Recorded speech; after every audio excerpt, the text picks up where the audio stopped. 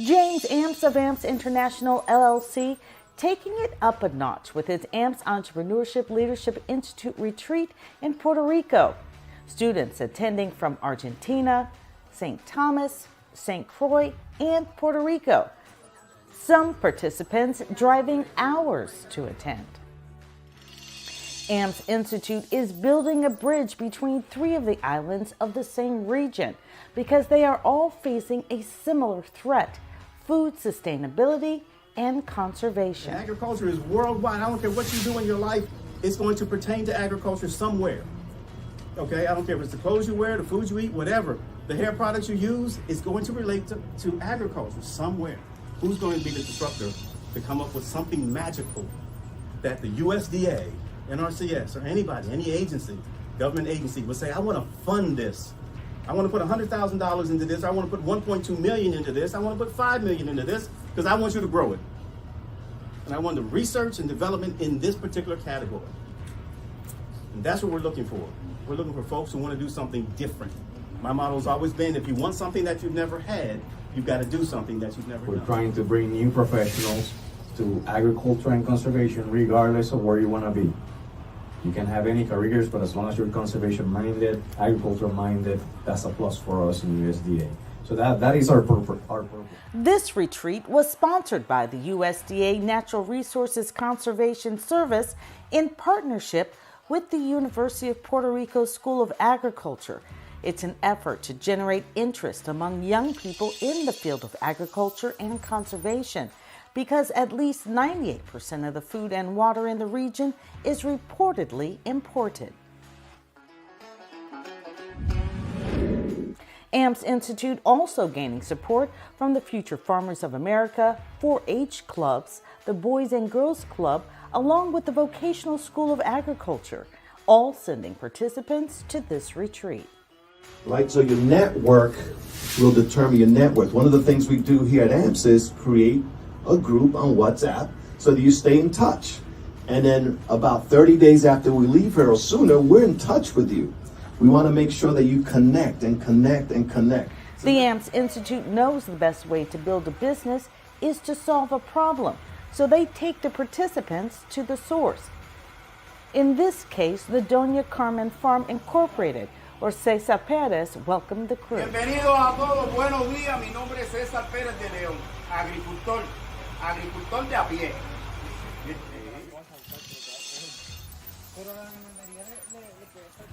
This is the most important part of the design. From this, yeah, we use everything. Plantains, smashed plantains, tostones. Right. So everybody eats mofongo. Is that right? Yeah, and everybody wants it all time of the year. So farmers and cookers that have this, they get a high demand on it. So plantains and bananas are triploid. They don't produce a seed that you plant. So they produce what we call a son.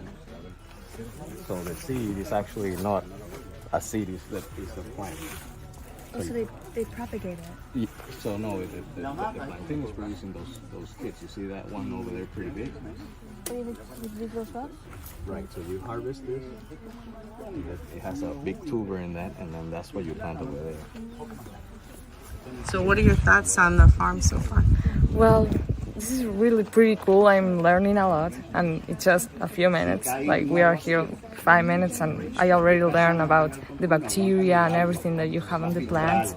So, well, let's keep learning.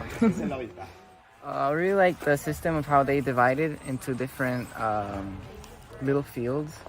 So, because in the market, I've heard that over here, the plantain is really volatile. So the prices range up and down a lot.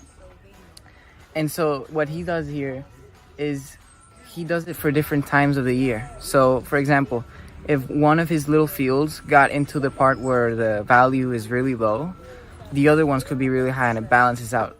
The AMPS Institute is already making an impact. Les Jimenez Huertas lives just 10 minutes away from this farm and didn't even know it existed. Now she's hoping to volunteer and include others from the Future Farmers of America. From the farm, we headed to what's called the incubator, where agriculture meets high tech. Luis Torres showing the students what types of innovation is this in size the works. is super made in 2 years. I make this 11 hours in 3D printer. Wow. And one of these planted provides 5 additional ones. Yeah. It expands. It expands, that's correct. The Hurricane Maria affected all around the Island Coral Reef Zone. This project is for help accelerate the program to the corals in the zone.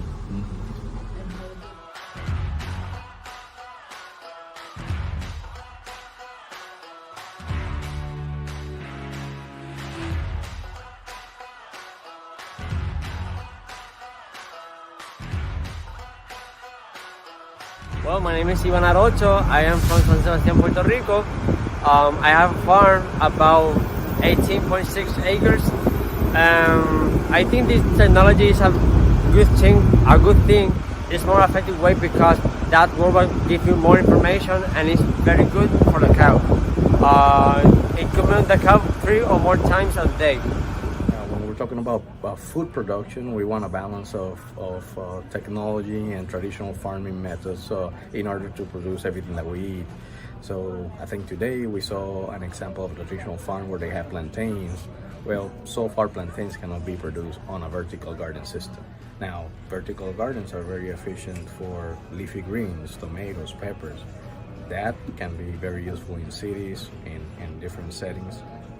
So to feed a population, you need both methods. You need technology, you need vertical gardens, you need urban gardens, but you also need traditional farmers that have all the orchards, fruit, avocado, mangoes, because those don't grow on a hydroponic. What makes the makeup of these students so unique is that some only spoke English, while others only spoke Spanish. Yauco's rivers are better. The bilingual students stepping up to the challenge. Of the farmer itself having the marketplace. It's an obstacle these young entrepreneurs had to overcome in order to work together to develop a business for their pitch competition. My name is Juan Casimiro. Thank you. Good firm handshake, okay?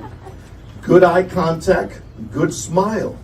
Oftentimes people shake hands, they don't even smile.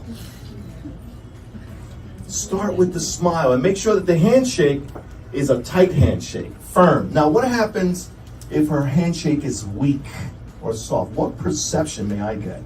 Not confident. Maybe not confident. Maybe not interested in even meeting me, right? Smile creates another smile. See, you just did it, right? So why don't you look to your left and to your right and just simply smile to each other. Ay, qué lindo. All right. So it was time to put their ideas to work. Teams gathering together, brainstorming, and building a real business plan, including crunching the numbers. They had to face judges in the morning who were going to question what they learned. Wanting to try our business, which is compost. After a few months, we have a chief executive officer. Hi, my name is. After a few practice runs, it was time to take a moment of meditation, a walk to the beach for Midnight Madness, a personal moment for James Amps to thank each participant for coming and to encourage them. We'll get better together, but anything you need, man, we're right here. We're very proud of you for actually coming here for something that you never even knew about.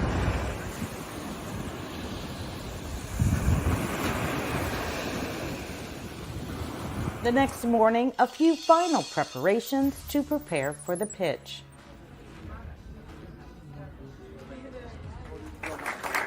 With the introduction of the judges, it was showtime. welcome safe for all. Good afternoon, my name is William Cruz. I am COO. Our business is called Safe for All, and our slogan is Be Happy, Be Healthy. I want to highlight that we are a non-profit botanical garden focused to serve and especially embrace a good mental health, providing a safe space from nature for everyone that needs it. Michelle Maynard, and I'm the CIO. Our competitors are the Cool Gardens, the Botanical Gardens of Caguas, and the Guanaca Sunflower Farm. The things that we're gonna need to start our business is gonna be permit and license, basic infrastructure, constructions, plants and trees, garden equipment and tools, and the store inventory. Good afternoon, my name is David Alejandro Matos Santos. I am the CEO. I'm from Puerto Rico and I live in Barranquitas. My English is no good, but I am practice and I am going to do my best.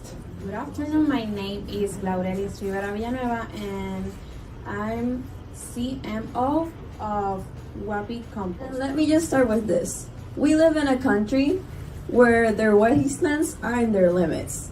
And those wastelands have 30% of organic material waste. Apart from that, neighboring countries like St. Thomas, the Virgin Islands in general, have 2/3 of compostable materials that are yet to be used. How can youth learn, be motivated to reduce those percentages? From the process of the compost, how are you going to connect the school with the farmers or the agriculture? We're gonna connect the youth with the farmers. We already have some farmers that during the business plan, we call some local farmers we already knew. And we just ask a simple question. Well, are you willing to buy compost? How do you see compost? They said yes, and some even said that they don't find people that do compost for them.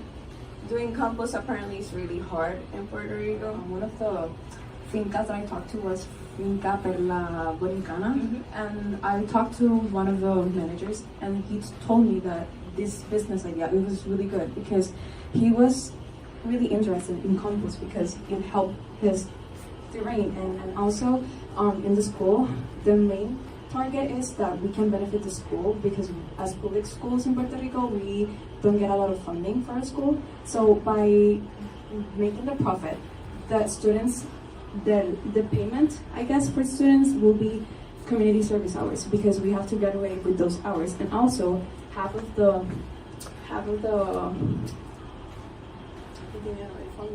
funding that we made is going to go to the school. So in Puerto Rico, there have been some problems due to farmers having excess feces, causing the overflow of feces to reach bodies of water.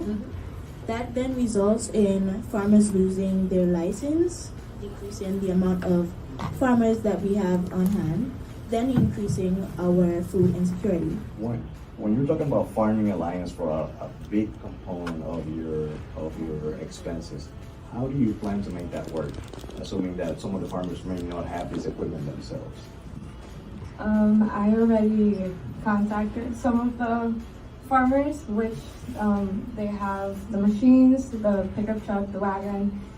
The only real challenge would be the acquiring the services of the machine repairs. Are you gonna give me a specific percent of your production of that fertilizer for it so I can use it in my farmer?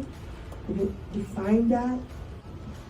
We have been thinking of giving a discount to the farmers that contribute to our business. Like they gave us the feces, and then when we prepare the fertilizer, we gave that to them with a discount or sometimes even free, at least at the beginning, because we first need to get known by other corporations, create the alliances. At least at this first phase, we're going to give certain discount to the farmers that help us. Well, good afternoon, everyone. I'm Jorge Iván Rivera Torres, CEO of Caribbean AGX, and I account with knowledge with farming and financials. And today we'll be presenting Caribbean AGX. Hello, my name is Susanna Calhoun. I am from St. Thomas, Virgin Islands, and I am the COO of Caribbean AGX, and my specialty is writing about social justice and equity issues. Good afternoon, dear judges. My name is Virginia Ciancia. I'm 16 years old. I live in Argentina, and I'm the founder and CMO of Caribbean AGX. And I'm the youngest person in Latin America to be certified by MEDA. Good afternoon, everyone. My name is Camila Muñiz. I'm the CBO of Caribbean AGX, and also I am a state former president of the organization Future Farmers of America, and I am an actual student of animal science and Privet. Good afternoon, everyone. My name is Ivan Arocho. I am the CFO of Caribbean AGX. I am from San Sebastián, Puerto Rico, and I am a farmer, and I study in agronomy. Well, what we want to do is create an e-commerce platform where farmers can buy products and farmers can get transport for the products, and where they can match and find workers for the products. It will be a company majorly focused on giving a service, and we will have a commission, and it's characterized by being a business entity as a partnership. Well, we have a surprise by the way for our sharks. Yes. You're a farmer, yes? What is your expectations in terms of outcomes for your, as you as a farmers with this company? In terms of, how do you expect you to be served by this platform, and what are your expectations in terms of your outcome as a farmer? Well, for example, I work with cows, and these days it's very difficult to find vaccines or medication for cows, and I think this website can help me to deliver my medication for my cows, for my animals. Si la compañía no le suple el agua, pues ellas no tienen nada. Por eso buscamos una mejor solución. I'm going to translate for him for what he said. His name is Daxel. He's our CIO, and he was the brains in all this project. He was a hands-on person that did everything. We took our technical and our imagination, and he made it work. So he had the idea of taking the salt water into a tank, purifying it into another tank so that could recycle into a vertical plant wall. So that was his idea, and that's our main project. How are you going to take that salt water desalination to a farm in the mountains? So basically, when we started talking, when we started doing our network thing, when we met her, she told us that they only had one company there that provided them water. The other thing, they relied on salt water. And that's why agriculture wasn't able to grow there. So we wanted to make sure that at least a community had a prototype that they can rely on for agriculture, because everything is important. My suggestion is for you to focus on the system, because the system is your real product. Yeah. And you have a unique system and a unique opportunity. You are solving a real issue for an island, and in order to scale the process, you need to be more focused on how is the cost, the time that you are going to spend in the process, and then you can add the other things of education, all the social responsibility of the process. But you need to be more in depth of the system, because you have a really good system. Okay, before we go to the next, be multilingual if you can. Most of you are rectors or the. We had a great time. It was amazing to have the 4-H Club and the Future Farmers of America and the Boys and Girls Clubs out here.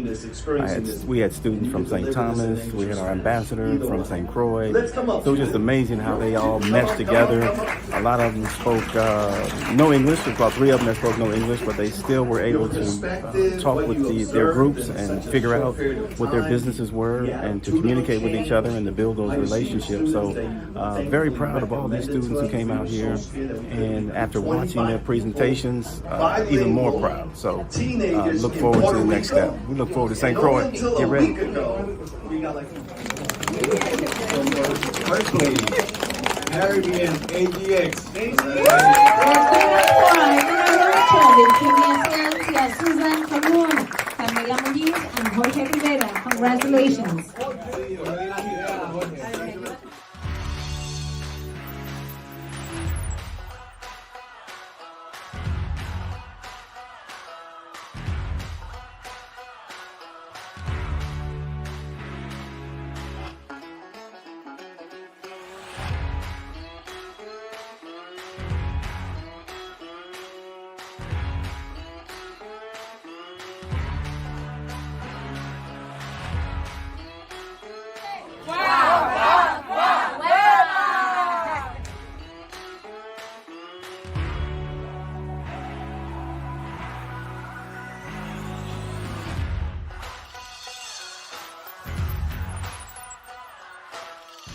For more information about James Amps of Amps International LLC or the Amps Entrepreneurship Leadership Institute Retreat, go to ampsinstitute.com.